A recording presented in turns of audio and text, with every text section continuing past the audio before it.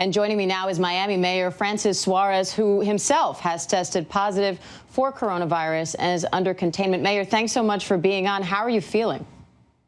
Thank you so much. I'm feeling shocked, of course, for getting this news. I actually feel well, having some mild symptoms, cold-like symptoms, but otherwise feeling very well, very healthy.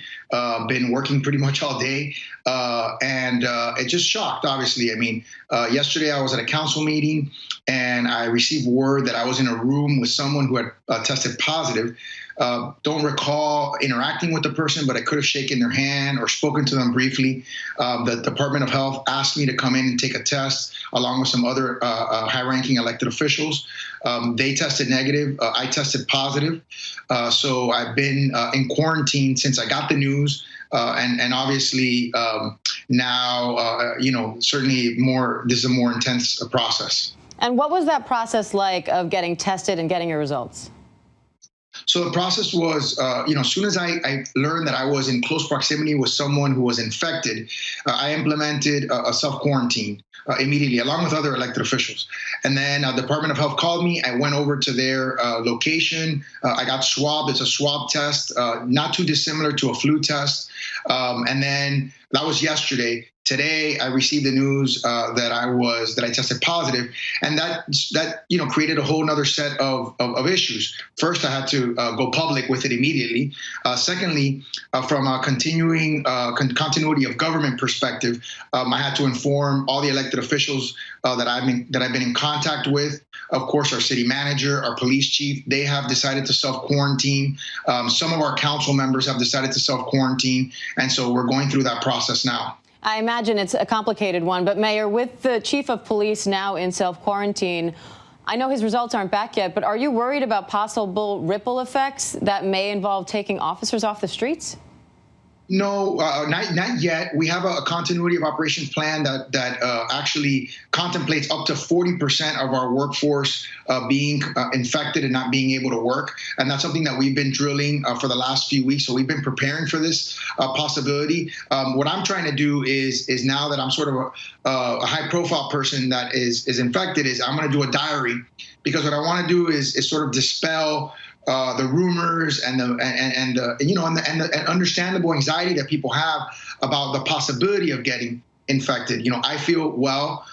Certainly, I'm sure I'm going to feel symptoms, but I want to document them and let the public know so that they can hopefully have a sense of comfort if inevitably more people get infected in our community. And Mayor, we keep hearing repeated concerns about testing. What have you seen in your city, and how do you feel after hearing the president's announcement this afternoon? What we're asking people to do is, if you've come into contact with somebody that you know is infected, for example, anyone who's come into contact with me, what we're telling them is that they have to immediately self-quarantine. If within that quarantine period you start to feel symptoms, you immediately have to get tested. The fear of sort of everyone getting tested is that it will create congregations of people, which is something we're actually trying to avoid, where sick people may be commingled with people that are not sick and that are healthy. And Mayor, what's your advice for residents who might be scared or worried tonight? Certainly do the things that everyone has been saying. Wash your hands for at least 20 seconds. Avoid, community association. I was one of the first mayors to cancel large events. I canceled Ultra, and I canceled an 8th Street Festival, Ultra being 150,000 people, 8th Street about 250,000. And a lot of national leaders followed after that. So we don't want people congregating.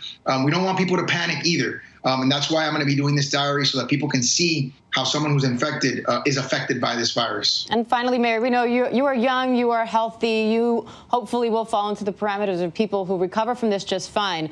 But what are you doing to make sure the most vulnerable people in your community are safe?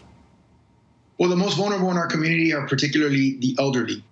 We are working with the county. The county is actually closing what they call elderly meal centers, which are congregation of elderly. We also, based on my emergency declaration, have the ability now to procure food, water, and ice, which we did and which we have done during hurricanes when there's loss of power. So we have the ability to feed our most vulnerable. And obviously, what we're hoping is that the hospitals have the capacity to deal with the most vulnerable, because we know that those are the ones, the elderly are the ones that have an enhanced risk of some severe complications. Yeah, and we know that capacity question is the chief concern throughout the country. Mayor Suarez, we appreciate your time, and we're wishing you a speedy recovery.